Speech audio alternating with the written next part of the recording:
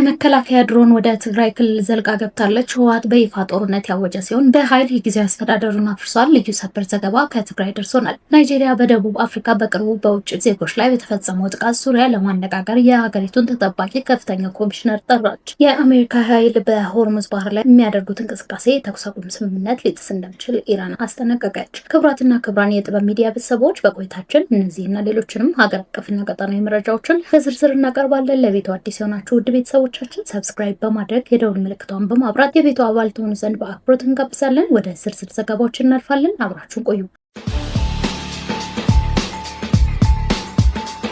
100 ቢሊዮን ብር መዘረፉ ከተረጋገጠ በኋላ ሚዲያዎች በፓርላማ እንዳይዘግቡ ተከለከለ። ሪፖርተር ጋዜጣ በትናንት እትሙ ባለስልጣናትና አርቲስቶች 98 ቢሊዮን ብር መዝበራቸው መዘገቡ መነጋገሪያ ሆኖ ውሏል። 98 ቢሊዮን ብር ማለት የኢትዮጵያ ዓመታዊ በጀት 5% እንደማለት ነው። የመረጃ መጋለጡን ተከትሎ ሚዲያዎች ላይ ክልከላ ተጥሏል። የህዝብ ተወካዮች ምክር ቤት ዛሬ የገንዘብ ሚኒስቴር በሚያቀርበው የ9 ወራት የስራ አፈጻጸም ሪፖርት ግምገማ ላይ አዲስ ማለዳን ጨምሮ መንግስታዊ ያልሆኑ የግል መገናኛ ብዙሃን ተገኝተው እንዳይዘግቡ ከልክሏል። የአዲስ ማለዳን ጨምሮ የግል መገናኛ ብዙሃን ጋዜጠኞች የመግቢያ በር ላይ መግባት አትችሉም ተብለው ሲከለከሉ እንደ ብሔራዊ ቴሌቪዥን ጣቢያና ኦቢኤን ያሉት ግን ተፈቅዶላቸው መግባታቸውን የአዲስ ማለዳ ሪፖርተር ተመላክቷል። የፕላንና በጀት ፋይናንስ ጉዳዮች ቋሚ ኮሚቴ ከገንዘብ ሚኒስቴርና ተጠሪ ተቋማት ጋር የ9 ወራት እቅድ አፈጻጸም ሪፖርት በፊት ለፊት መድረክ ለመገምገም ከጠዋቱ 2 ተኩል ጀምሮ በምክር ቤቱ የመሰብሰቢያ አዳራሽ ፕሮግራም የያዘው መርሃ ግብር ባለፈው አርብ እንዲዘገብለት ለአዲስ ማለዳ ጥሪ አቅርቦ ነበር። ነገር ግን ዛሬ ሰኞ ክልከላ ጥሏል። ይህ ውሳኔ የቋሚ ኮሚቴው ስለመሆኑ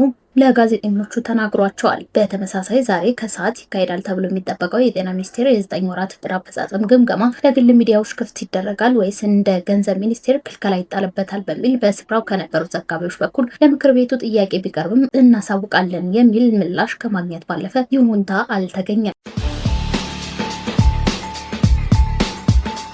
የተባበሩት አረብ ኤምሬትስ የበጎ አድራጎት ድርጅት ለኢትዮጵያ የልብ ሕክምና ማዕከል የ$300,000 ድጋፍ አደረገ። የኤምሬትስ ቀይ ጨረቃ ኢአርሲ የህፃናት የልብ ሕክምናዎችና ቀዶ ጥገናዎች ለማስፋፋት የሚውል የ$300,000 የገንዘብ ድጋፍ ለኢትዮጵያ የልብ ሕክምና ማዕከል ማድረጉን የሀገሪቱ የዜና ወኪል ዋምግ ዘገበ። ይህ የድጋፍ መርሃ ግብር ይፋ የተደረገው መሐመድ ሳሊም አል ራሺድ፣ መሐመድ ሂላል አል ከአቢ እና አህመድ ሳር አል ማዝሮኢን ያካተተ የተባበሩት አረብ ኤምሬትስ ልዑክ በአዲስ አበባ የሚገኘው የማዕከሉ የስራ እንቅስቃሴ በጎበኙበት ወቅት ነው። ጉብኝቱ በአዲስ አበባ ሊካሄድ ከታቀደው የዛይድ የበጎ አድራጎት የሩጫ ውድድርን ጎን ለጎን እየተከናወነ መሆኑ ተገልጿል። አልማዝሪ እንደገለጹት ይህ የገንዘብ ድጋፍ ማዕከሉ ህጻናትን የማከም አቅሙን እንዲያጠናክር ለማስቻል ያለመ ሲሆን በሼክ ዛይድ ቢን ሱልጣን እና ናህያን ተመስርቶ የሚካሄደውን የበጎ አድራጎት ሩጫ ሰብአዊ ተልዕኮም የሚያሳካ ነው። አክለውም ድጋፉን የኤምሬትስ ቀይ ጨረቃ የጤና አጠባበቅ ስራዎችን ለማሳደግ በተለይም የህጻናት የልብ ህመምን ለመቅረፍና ተጋላጭ የሆኑ ማህበረሰቦች ተጠቃሚ ለማረጋገጥ ያለውን ሰፊ ቁርጠኝነት የሚያንጸባርቅ መሆኑን ገልጸዋል። የልብ ማዕከሉ ዋና ስራ አስፈጻሚ አቶ ህሩይ አሊ እንድሪስ የተደረገውን ድጋፍ በአድናቆት የተቀበሉ ሲሆን ድጋፉ ማዕከሉ መሰረታዊ የህክምና አገልግሎቶችን ተደራሽ ለማድረግና የታካሚዎችን ደህንነት ለማሻሻል የሚደረገውን ጥረት የሚያግዝ እጅግ አስፈላጊ ድጋፍ ሲሉ ገልጸውታል። የኢትዮጵያ የልብ ህክምና ማዕከል ከተመሰረተበት ጊዜ ጀምሮ ለ24,000 ለሚጠጉ ታካሚዎች ህክምና የሰጠ ሲሆን ለህፃናትም ሆነ ለአዋቂዎች የቀዶ ጥገና አገልግሎት በመስጠት ላይ ይገኛል። በአሁኑ ወቅት ማዕከሉ በቀን ከ30 እስከ 40 የሚደርሱ ታካሚዎች የሚያስተናግድ ሲሆን ከጎረቤት ሀገራትም ሪፈራል ይቀበላል። ይሁን እንጂ ለማማከርና ለህክምና አገልግሎት የሚጠባበቁ ታካሚዎች ቁጥር አሁንም እየጨመረ መሆኑን ተመላክቷል። ናይጄሪያ በደቡብ አፍሪካ በቅርቡ በውጭ ዜጎች ላይ በተፈጸመው ጥቃት ዙሪያ ለማነጋገር የሀገሪቱ ተጠባባቂ ከፍተኛ ኮሚሽነር ጠራች። ናይጄሪያ ሰኞ ዕለት በደቡብ አፍሪካ በተከሰቱት ጉዳዮች ላይ ያላትን ጥልቅ ስጋት በይፋ ታቀርባለች ተብሏል። ጉዳዩ በሀገሮቹ መካከል ያለውን ግንኙነት ሊጎዳ እንደሚችል እንደምትገልጽም ይጠበቃል። ስብሰባው በቅርቡ ጸረ ስደተኛ ቡድኖች ባደረጓቸው ሰልፎችና በናይጄሪያ ዜጎች ላይ በደረሰ በደልና በንግዶቻቸው ላይ በተሰነዘሩ ጥቃቶች ላይ ያተኩራል ተብሏል። በቅርብ ሳምንታት ውስጥ ቢያንስ 2 ናይጄሪያውያን እና 4 ኢትዮጵያውያን መገደላቸው መገናኛ ብዙሃን ዘግቧል። በተመሳሳይ ጊዜ በሌሎች የአፍሪካ ሀገሮች ዜጎች ላይ ጥቃቶች ተሰንዝረዋል። በሀገሪቱ ውስጥ ካሉ ሌሎች አካባቢዎች የሚነሱ ሰዎች ለስራ ፍለጋ ከረዥም ጊዜ ጀምሮ ወደ ደቡብ አፍሪካ ያቀናሉ። የደቡብ አፍሪካ ፕሬዝዳንት ሲሪል ራማፎሳ ጥቃቶቹን አውግዘው የውጭ ዜጎች የሀገሪቱን ሕጎች እንዲያከብሩ አስጠንቅቀዋል። በ1994 የሀገሪቱ የመጀመሪያ ዲሞክራሲያዊ ምርጫ በማስመልከት ባቀረቡት የነጻነት ቀን ንግግራቸው ደቡብ አፍሪካውያን የአፓርታይድ ስርዓትን በሚቃወሙበት ወቅት ሌሎች የአፍሪካ ሀገራት የሰጡትን ድጋፍ አስታውሰዋል። አንዳንድ የደቡብ አፍሪካውያን ግን የውጭ ዜጎች በህገወጥ መንገድ መግባታቸውን ከአካባቢው ነዋሪዎች ስራ እየወሰዱና ከወንጀል ጋር ግንኙነት እንዳላቸው በተለይም ከአደንዛዥ እጽ ዝውውር ጋር ግንኙነት አላቸው ሲሉ ይከሳሉ።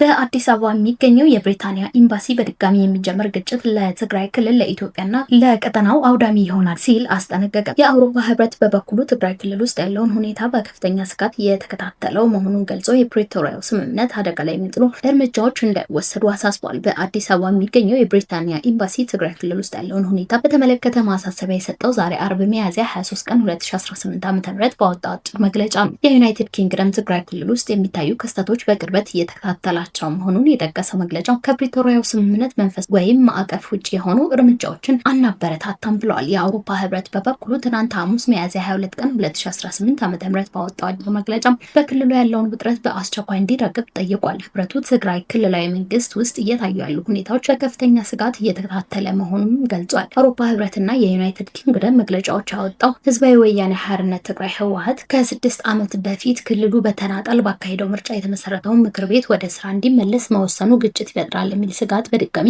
እንዲያገረሽ ካደረገ በኋላ ነው። ህወሓት ፌዴራል መንግስት የትግራይ ክልል ጊዜያዊ አስተዳደር ፕሬዝዳንት ታደሰ ወረደን የስልጣን ቆይታ ለብቻ ባስተላለፈው ውሳኔ በማራዘም የፕሪቶሪያው ስምምነት አፍርሷል በማለት ይከሳል። የሌተናንት ጄኔራል ታደሰን የቆይታ ጊዜ የተራዘመበት መንገድ ህጋዊ መሆኑን በወቅቱ የገለጸው የፌዴራል መንግስት እስካሁን ድረስ ስለ ህወሓት ውሳኔ በይፋ አስተያየት አልሰጠም። የብሪታንያ ኤምባሲ በዛሬው መግለጫ ውጥረት እንዲረግብና ዘላቂ ግጭት ማቆም ስምምነት ትግበራን በተመለከተ በአስቸኳይ ወደ ንግግር እንዲመለሱ ጥሪ እናቀርባለን ብለዋል። ኤምባሲው የግጭት እንደ አዲስ መጀመር ለትግራይ ኢትዮጵያና ሰፊው ቀጠና አውዳሚ ይሆናል ሲልም አስጠንቅቋል። ትናንት መግለጫ ያወጣው የአውሮፓ ህብረት በበኩሉ ውጥረት እንዲረግብና በፕሪቶሪያው የተፈረመው የዘላቂ የተኩስ አቁም ስምምነትን አደጋ ላይ የሚጥሉ ማናቸውም እርምጃዎች እንዲወገዱ ጥሪያችንን እናቀርባለን ብለዋል። ሌላ አስከፊ ግጭትን ማስወገድና በሁሉም ወገኖች መካከል ያሉ ልዩነቶችን በፖለቲካዊ ንግግር መፍታት አስፈላጊ ነው ሲልም ወደ ውይይት እንዲመለሱ ጥሪ አቅርበዋል። የአውሮፓ ህብረት የተፈጠረውን ውጥረት እንዲረገብ የሚጠይቅ መግለጫ ያወጣው በትግራይ ጦርነት ምክንያት አቋርጦ የነበረው ለኢትዮጵያ የሚሰጥ የቀጥታ በጀት ድጋፍ በድጋሚ ማስጀመሩን ባስታወቀ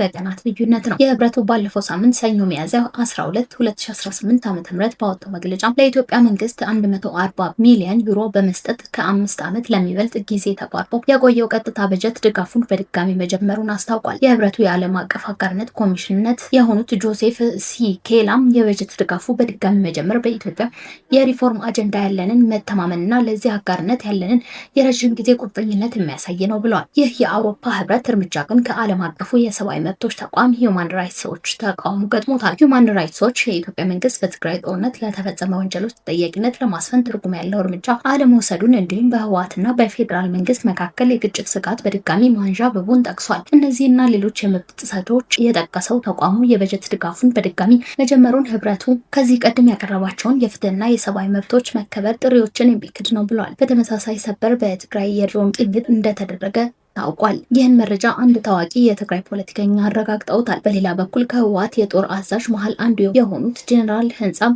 4 ኪሎ ላይ ጠንካራ ዛቻ አሰምተዋል። የአሜሪካ ኃይል በሆርሙዝ ባህር ላይ የሚያደርጉትን እንቅስቃሴ የተኩስ አቁም ስምምነቱ ሊጥስ እንደሚችል ኢራን አስጠነቀቀች። የአሜሪካ ባህር ኃይል በሆርሙዝ ሰርጥ ላይ ለማካሄድ ያቀደው ኦፕሬሽን የተኩስ አቁም ስምምነቱ ሊጥስ እንደሚችል ኢራን አስጠነቀቀች። እቅዱ ዳግም ግጭት ሊቀሰቅስ ይችላል የሚል ስጋትን ፈጥሯል። ዋሽንግተን የንግድ መርከቦችን በስትራቴጂካዊ የውሃ መተላለፊያ በኩል ለማጀብ ማቀዱ የተኩስ አቁም ጥረቱን የሚያናጋ የትንኮሳ እርምጃ ነው ስትልም ቴህራን ገልጻለች። በተጨማሪም እየጨመረ የመጣውን የአሜሪካ ባህር ኃይል እንቅስቃሴ በስምምነቱ የተቀመጡ ወንጀሎችን እንደ መጣስ ሊቆጠር እንደሚችል አጽንኦት ሰጥታለች። በእገዳዎችና በወታደራዊ ውጥረት ምክንያት ለሳምንታት አቋርጦ የነበረው የሆርሙዝ ሰርጥ የትራፊክ እንቅስቃሴ ለመጀመር ያለመሆን ይህ ተነሳሽነት ፕሬዚዳንት ዶናልድ ትራምፕ ተከላክለዋል። ኦፕሬሽኑ መርከቦችን ለመምራትና የዓለም አቀፍ አቅርቦት መስመሮችን ለማረጋጋት የታለመ መሆኑን ገልጸዋል። ይሁን እንጂ ተንታኞችና ዓለም አቀፍ የዜና ዘገባዎች እንደሚያመላክቱት ከሆነ ይህ እርምጃ ዋሽንግተን በኢራን ላይ የምታደርገውን ጫና ሳታላላ በዓለም አቀፍ የኢነርጂ ፍሰትና የመርከብ መስመር መስመሮች መቋረጥ ምክንያት እየደረሰ ያለውን ከፍተኛ የኢኮኖሚ ጉዳት ለመቀነስ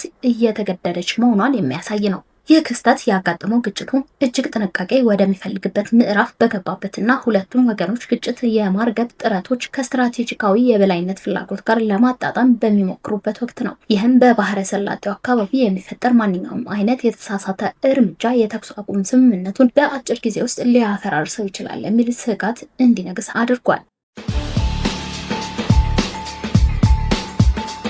የአሜሪካ ማዕከላዊ እዝ ወይም ሴንትኮም የትራምፕን ፕሮጀክት ፍሪደም እንዴት አድርጎ እንደሚያስፈጽም ይፋ አደረገ። የዩኤስ ማዕከላዊ እዝ ጦር በሆርሙዝ ወሽመጥ የንግድ መርከቦች ያለ ችግር እንዲንቀሳቀሱ ለማስቻል ፕሮጀክት ፍሪደምን ሚያዝያ 26 ድጋፍ ይሰጣል ሲል እሁድ ዕለት ባወጣው መግለጫ ላይ አስታውቋል። ይህ ድጋፍ 15000 ወታደሮችን፣ ኢላማዎችን ለይተው የሚመቱ ሚሳኤል አውዳሚዎችና 100 አውሮፕላኖችን የሚያካትት ነው። ሴንትኮም በባህር ላይ የሚያካሂደውን የዓለም 1/4 ነዳጅ ንግድ ከፍተኛ መጠን ያለው የነዳጅና የማዳበሪያ ምርት በወሽመጡ ላይ ነው የሚጓጓዘው ብሏል። የሴንትኮም አዛዥ የሆኑት አዳም ብራንድ ኩፐር የባህር ላይ እገዳችን ባለበት የመከላከል ተልዕኮ ያለው ድጋፋችን ለቀጠናው ደህንነትና ለዓለም ምጣኔ ሀብት ወሳኝ ነው ብለዋል። ሴንትኮም አዛዥ አዳም ብራንድ ኩፐር አክለውም ለዚህ የመከላከያ ተልዕኮ የምናደርገው ድጋፍ ለክልላዊ ደህንነትና ለዓለም ኢኮኖሚ አስፈላጊ ነው ብለዋል።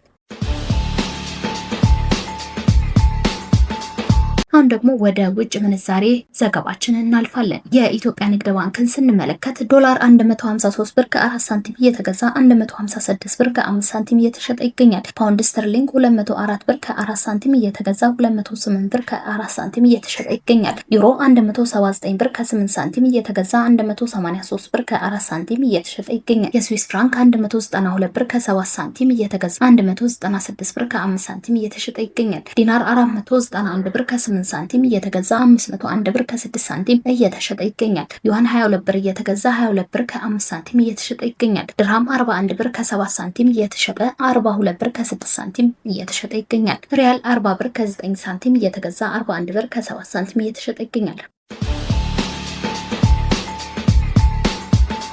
ክብራትና ክብራን የጥበብ ሚዲያ ቤተሰቦች ለሰዓቱ የመረጥናችሁ ዘገባዎች በዚህ አብቅተዋል። ለቤቱ አዲስ ሆናችሁ ሰብስክራይብ በማድረግ የቤቱ አባል ትሆኑ ዘንድ በአክብሮት ጋብዘን ተሰናበትን። ሰላም።